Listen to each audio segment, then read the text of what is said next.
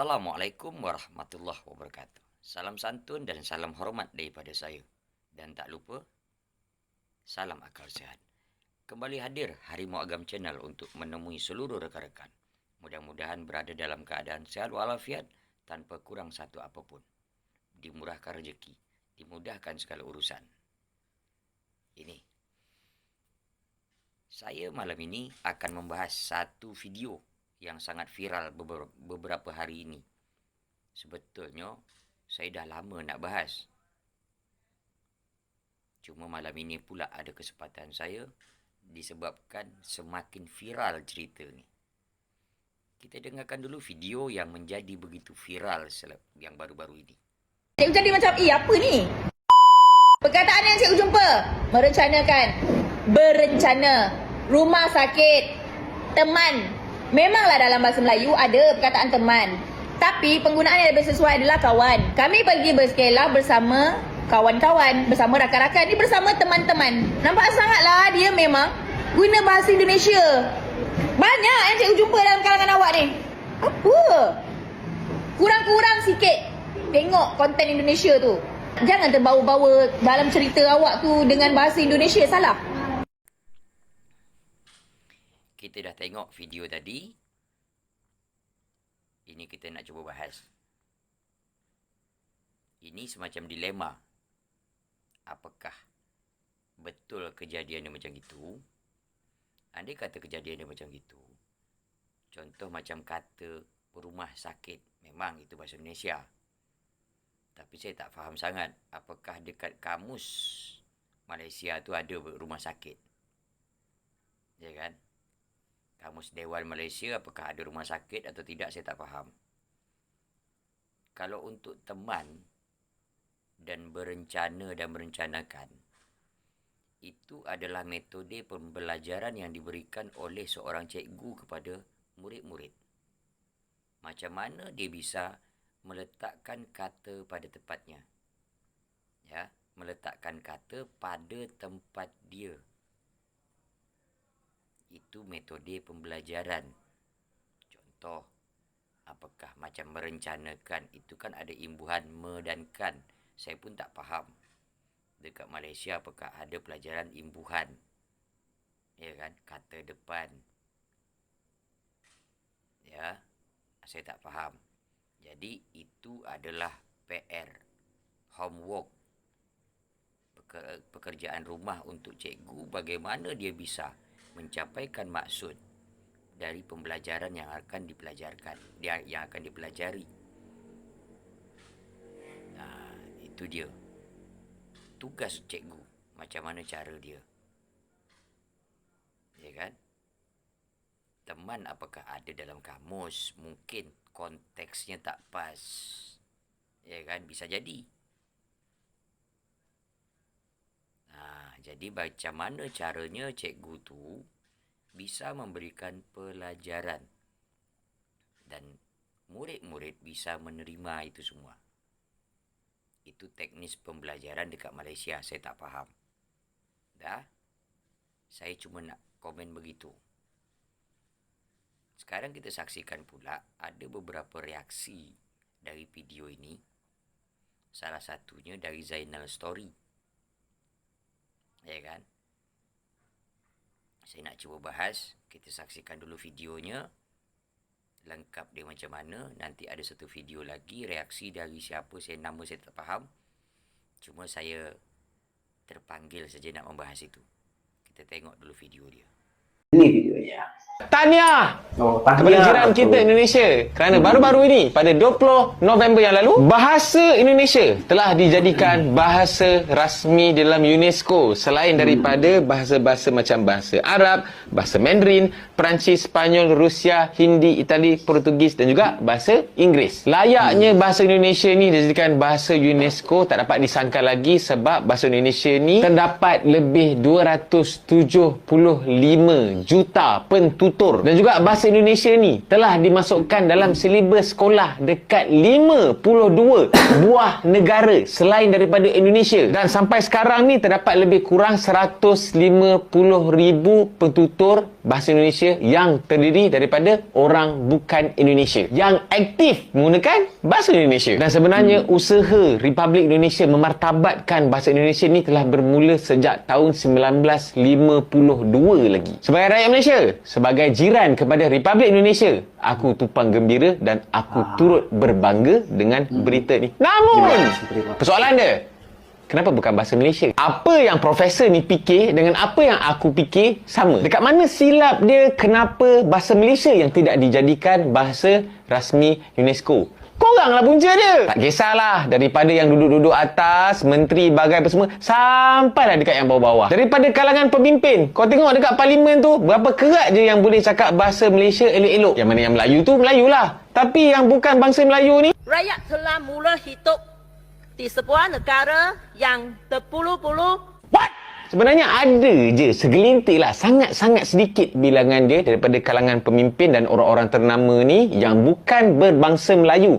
Boleh je cakap bahasa Melayu elok-elok. Orang cakap Melayu kadang-kadang lagi bagus daripada orang Melayu tu sendiri. Tak kisahlah kau ni India ke, Cina ke, Melayu ke, bahasa Malaysia tu kan bahasa rasmi. Yang Melayu tak payah nak galak sangat lah. Korang pun bila jumpa Melayu dengan Melayu, borak-borak kadang-kadang aku cucuk dia dengar kan. Borak dalam bahasa Inggeris. What you know me, I am you, what you doing here, I want to drink. Malah jadah apa? Sebab bagi korang cakap English ni barulah educated, nampak bijak. Cakap bahasa Melayu ni low class, tak nampak educated. Daripada pihak kerajaan sendiri pun tak kisahlah kerajaan mana pun, ada je aku nampak usaha-usaha nak memartabatkan bahasa Malaysia ni sebagai bahasa kebangsaan. Tapi acuh tak acuh, hangat-hangat tai ayam. Kalau kau tengok dekat Indonesia ni, bukan dekat Indonesia ni ada orang Melayu je, ada orang Aceh je, ada orang Jawa je, kadang-kadang ada je yang bangsa Cina. Tapi bila diorang buka mulut cakap bahasa Indonesia je, memang tak ada bunyi bunyi macam Cina sikit ke, bunyi macam India sikit ke, memang bunyi bahasa Indonesia, memang itulah bunyi dia. Jadi dalam isu ni, rakyat Malaysia, kau tak payah nak petikai kenapa bahasa Indonesia diangkat menjadi bahasa rasmi UNESCO. Yang pemimpin tak payah nak salahkan rakyat, yang rakyat tak payah nak salahkan pemimpin. Semua salah. Termasuklah juga aku yang buat video YouTube dalam bahasa Malaysia ni pun ada orang bagi cadangan. Buat dah dalam bahasa Inggeris. Wey, aku buat untuk orang Malaysia dengar. Tak payah nak cemburu sangat, tak payah nak petikai kenapa bahasa Indonesia diangkat menjadi bahasa rasmi UNESCO untuk Republik Indonesia dan warganya. Tahniah. Oke, geng, di sini saya akan memberikan sedikit tambahan ya. Ini soal bahasa. Saya bukan seorang parlemen, bukan seorang pejabat. Saya hanya orang-orang biasa aja ya. Sesuai dengan pengalaman saya, memang di setiap negara itu berbeza-beza. Tak boleh memaksakan untuk mengikuti bahasa. Kalau mencontoh boleh lah, tapi kalau mengikuti memang tak boleh. Lagi-lagi soal bahasa Indonesia. Indonesia itu mempunyai Bhinneka Tunggal Ika, geng ya. Lambang itu dari mana-mana pun negara, apabila masuk ke dalam negara Indonesia harus melupakan, harus menghilangkan bahasa dan budaya tersebut. Harus mengikuti Indonesia, bahasa-bahasa Indonesia. Dari sini juga ada beberapa orang Cina, orang India, dan lain-lainnya yang tak terima dengan hal ini. Ya, ini pasti ada pro dan kontra ya. Setiap negara mempunyai peraturan yang berbeda-beda. Sementara di Malaysia itu berbagai kaum, berbagai bangsa, dan juga berbagai bahasa. Malaysia tak melarang, Malaysia juga tak mengharamkan bahasa dari bangsa yang dia orang bawa. Contoh macam dari orang Cina memakai bahasa Mandarin, dari orang India memakai bahasa Tamil, dan lain-lainnya. Malaysia tetap membebaskan, asalkan hanya satu syarat: hargai bahasa Melayu Malaysia dan hargai agama Islam di Malaysia. Karena Malaysia memegang pegangan yang kuat, Islam harus diutamakan dan bahasa Melayu harus dihargai. Nah, dengan kebebasan tersebut, kebebasan budaya dan juga bahasa tersebut, di Malaysia ada beberapa sekolah, ada sekolah Melayu, ada sekolah Cina, ada sekolah Tamil, dan lain-lainnya, yang bertujuan agar mudah untuk memahami dari pelajaran-pelajaran yang cikgu itu ajarkan kepada murid-muridnya. Itu jadi beza ya, yang tujuannya ini sebetulnya sama-sama baik, cuman caranya aja yang beza.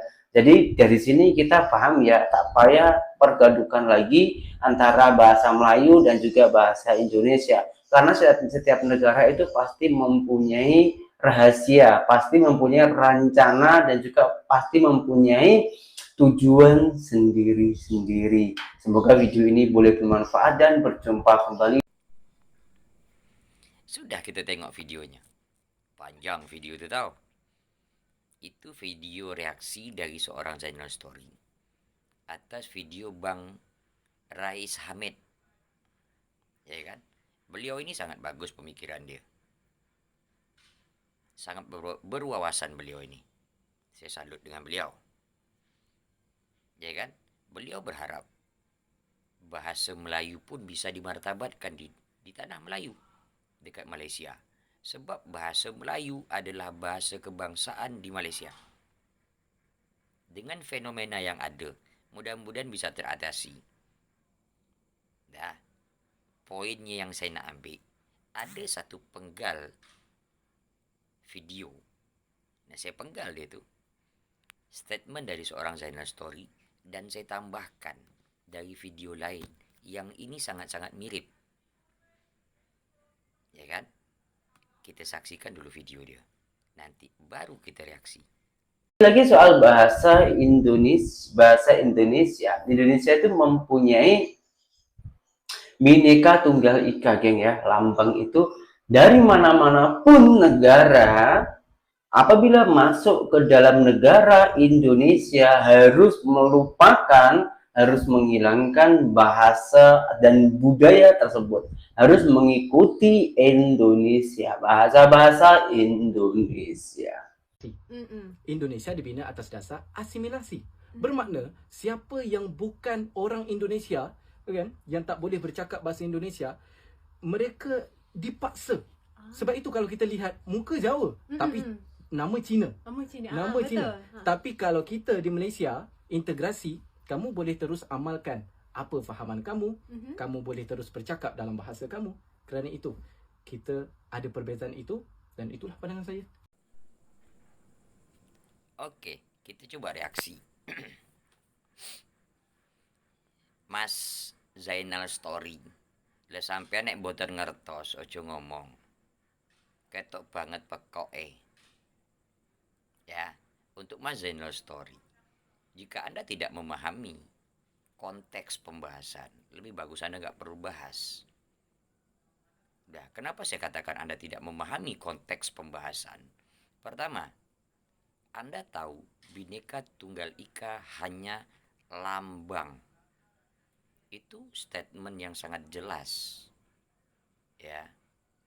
Ditambah lagi Anda mengatakan bahwasanya negara-negara manapun masuk ke Indonesia itu harus membuang dan melupakan adat istiadatnya dan bahasanya. Budayanya tadi Anda katakan. Budaya dan bahasanya. Nah, dari video panjang Anda yang pertama, ya, penjelasan Anda tidak masuk. Saya bahas dulu yang Anda katakan, yang saya penggal barusan. Untuk Zainal Story, Indonesia, jika Anda masih ingat dengan sejarah, kita memiliki Sumpah Pemuda. Anda pelajari lagi Sumpah Pemuda. Berbangsa satu, bangsa Indonesia. Bertanah air satu, tanah air Indonesia.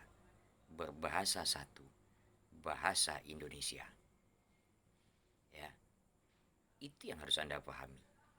Saya tambahkan lagi, di Indonesia, pertama, gunakan bahasa Indonesia. Yang kedua, lestarikan bahasa daerah. Yang ketiga, pelajari bahasa asing. Ya. Tadi saya lampirkan juga video dari seorang pemuda yang di Malaysia yang mengatakan di Indonesia proses asimilasi dipaksa. Di situ statement Anda salah besar. Saya gabungkan dengan pembahasan kepada seorang Zainal Story. Udah. Bahasa Indonesia adalah bahasa Persatuan Republik Indonesia. Pertama. Yang kedua, tidak ada paksaan seperti yang orang Malaysia katakan dan yang Anda katakan Zainal Story. Dasarnya sangat jelas. Sumpah Pemuda. Dari kecil kita sangat tahu itu. Dari kecil kita diajarkan nasionalisme, patriotisme.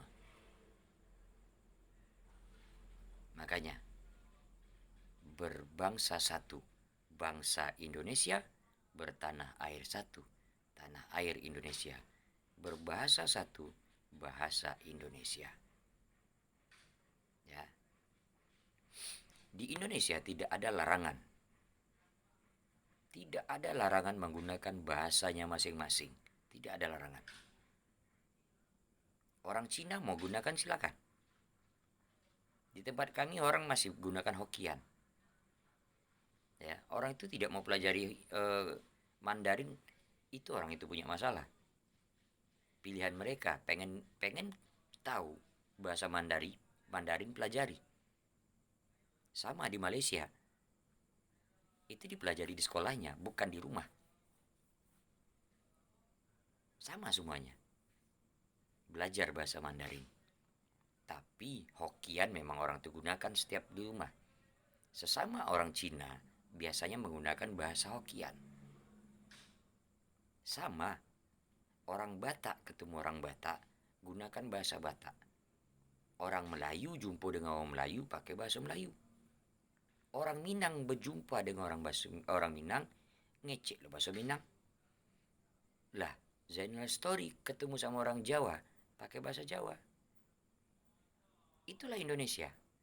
Apakah bahasa yang mempersatukan sebanyak 718 bahasa yang ada? Itulah dia, bahasa Indonesia. Faham? Bhinneka Tunggal Ika bermakna berbeda-beda tapi tetap satu. Ya. Itu yang harus Anda pahami. Apa itu Bhinneka Tunggal Ika? Kita bukan hanya suku. Bukan cuma bahasa. Bahkan agama pun kita. Termaktub di Pancasila. Terjelas di situ. Ketuhanan yang Maha Esa. Negara Indonesia memiliki 6 agama yang diakui oleh pemerintah Republik Indonesia. Tapi dasarnya jelas, ketuhanan yang Maha Esa.